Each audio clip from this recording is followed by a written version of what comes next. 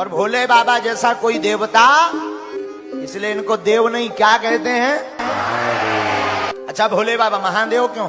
भोले बाबा महादेव इसलिए हैं क्योंकि संसार में जितने भी उपद्रवी हैं सब इनके चेला। रावण किसका चेला? भोले बाबा का।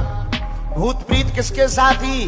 भोले बाबा के। बिच्छू सांप की के अंग में जहर को पिया। अब बताओ, ऐसो कौन देवता देखो तुमने आज लो? समुद्र मंथन की कथा हमने पढ़ी है कि जब समुद्र मंथन हुआ और जब विष निकला जहर, भयंकर हलाहल विष, देवताओं ने कहा कि इसे किसे पिलाया जाए? ब्रह्मा जी से कहा कि तुम पियो, बुढ़ापो आगो तुम आओ, सफेद दाढ़ी हो गई, पी लो। ब्रह्मा जी बोले अगर हमने पी लो कहूं टबक गए तो सृष्टि कौन बनाएगा, इसलिए हमें छोड़ो। जब ब्रह्मा जी ने नहीं पिया तो कहा विष्णु भगवान से आप पियो। विष्णु भगवान आप बड़े हो, सबके मुखिया हो, आप पियो। विष्णु भगवान बोले थे तो ब्याह लो नहीं भावा, कछु देर बाद लक्ष्मी जी प्रकट होने फिर होने विवाह, हमें ना पिलाओ को वो और देखो। देवता बोले पिवाएं किया, कोने में बैठे थे हमारे अपने भोले बाबा, कोने में आंखें नीचे। सब जन ने भगवान विष्णु भगवान से कही नहीं पकड़ो।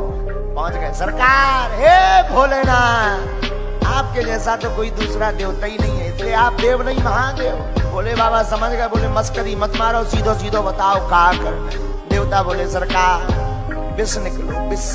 भोले बाबा बोले सो क्या करें? पी जाओ। भोले बाबा बोले हम ही मिले। ब्रह्मा जी की तरफ देख के बोले तुम आओ तो बुढ़ापा और तुमने कहीं नहीं डकार होगा। ब्रह्मा जी बोले अबे हमें सृष्टि बहुत बनानी। शंकर जी बोले मतलब हमारा कोई काम नहीं है इसलिए हमें पिला। नहीं नहीं नहीं, आप तो बचा सकते, आप देव नहीं महादेव हो। ठीक है ले आओ। भूत भावन महादेव ने विष लिया और पीने की कला देखना। ला कहा, मुंह खोला, विष को पूरा मुख में डाला। माँ कहा, मुंह को बंद कर लिया। पीना चाहते थे पर सोचा हृदय में राम जी बैठे हैं, वो जल जाएंगे और बाहर अगर निकालेंगे तो पृथ्वी जल जाएगी। अब करें क्या?